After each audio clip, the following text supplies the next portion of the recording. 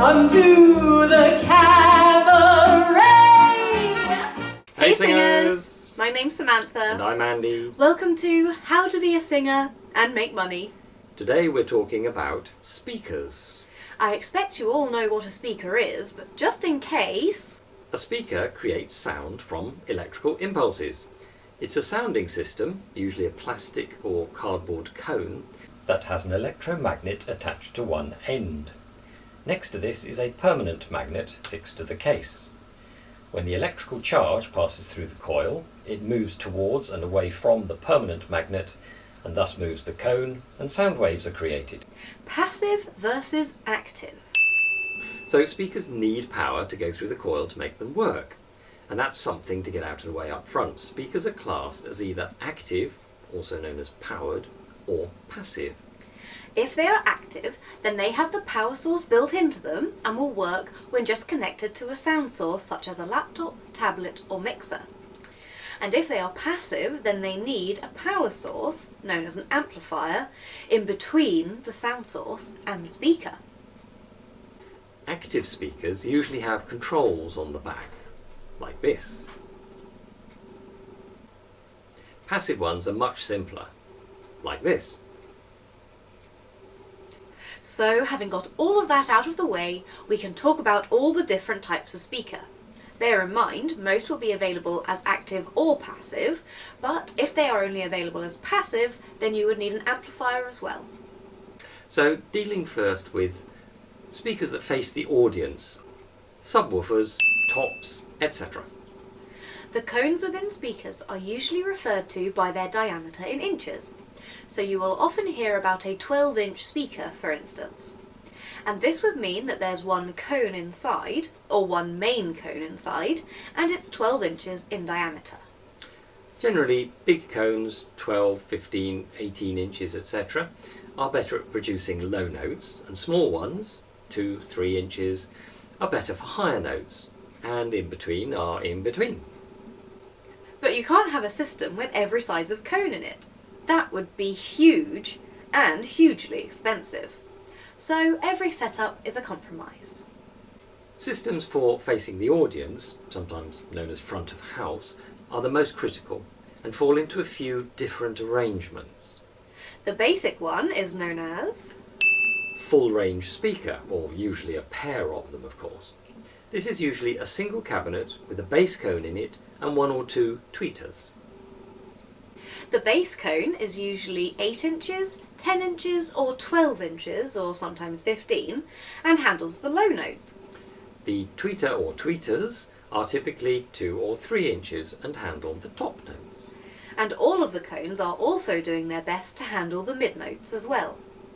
Good ones can sound great, and they're very easy because you just plug your sound signal cable from your laptop or mixer into them and they work. The downside is that this setup is always making the greatest compromise between sound and price and convenience.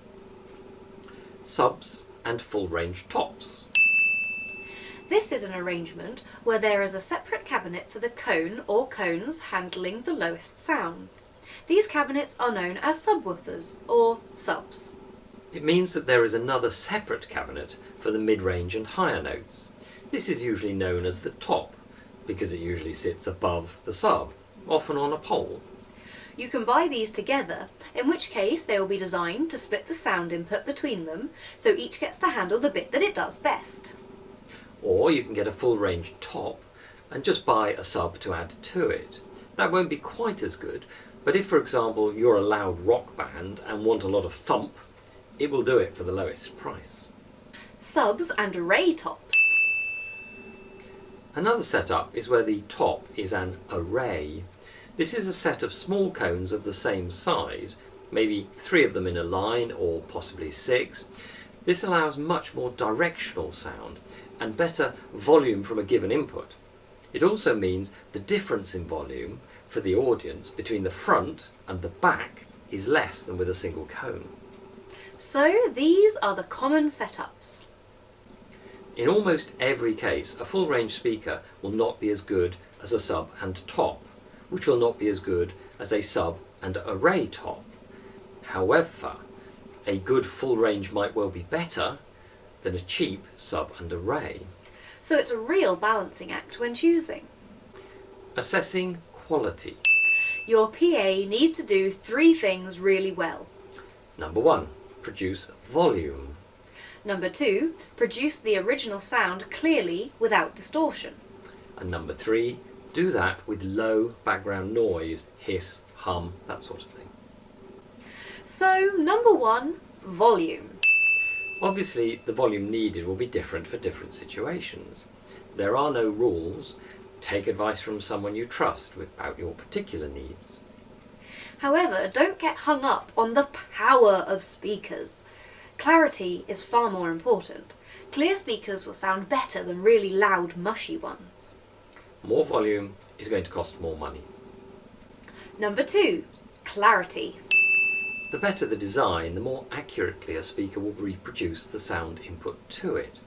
However, the setup, full range, sub and top or sub and array, affects this too, as we said earlier.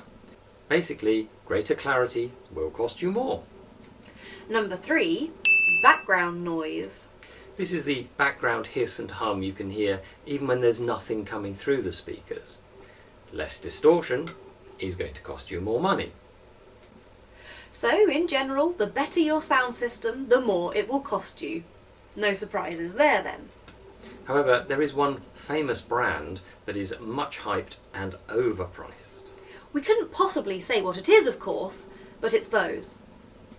Our personal favourite is Dynacord. We would never buy anything else for small-scale touring. How to choose. Working out what you need is incredibly difficult. If you can, find a retailer that you trust. Let them lead you through all your options. If you can arrange to hear various brands and setups side by side, that's even better.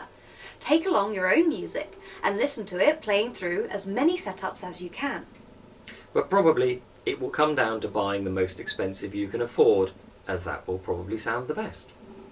As a general guide, For smaller venues and acoustic or quieter pop, go for full range speakers.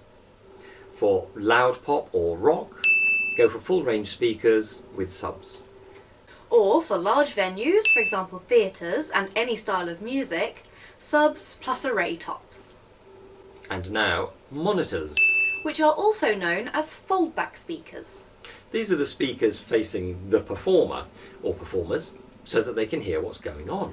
Situations vary. Sometimes you hardly need them at all because you can hear enough from the main speakers, but that's usually for quieter performances.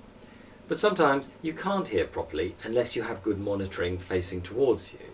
And in extreme conditions, each performer needs their own monitor or they don't know what's going on. This is usually in very loud situations such as heavy metal. Monitors are always full range speakers. Usually they're powered and wedge shaped, so they angle up from the floor towards the performer. It's useful to have a volume control on the speaker itself so that the performers can adjust the volume to what suits them. Other than that, there's not much to say. Spend what you can afford for the best you can get. But the main speakers are always going to be more important to you. A few last things. If any retailer starts going on and on about how powerful a system is, walk away. Power is just one of the 3 things, and clarity is even more important, but doesn't get talked about much by retailers. Some systems enable you to mount a fixed pole onto a sub and then place another speaker on top, instead of using a tripod. It's usually more stable and we think it looks more professional. You can get cabinets that are not black, white being the next most commonly available. That's your choice, but black works in any situation, whereas a colour might not. Cabinets are either plastic or wood. Wood is going to give the absolute best tone, but plastic ones can be almost as good. So we would say don't worry about which, just listen to the sound. Please leave comments, especially if you've got any personal recommendations for speakers. We love to know what works for other people. Well, that's all for this week. Please subscribe so you don't miss the next one, which is out next Thursday and is all about travel. Yes, and if you have any questions or suggestions on anything to do with your career, we'll help if we possibly can. So, until next week, Bye. bye.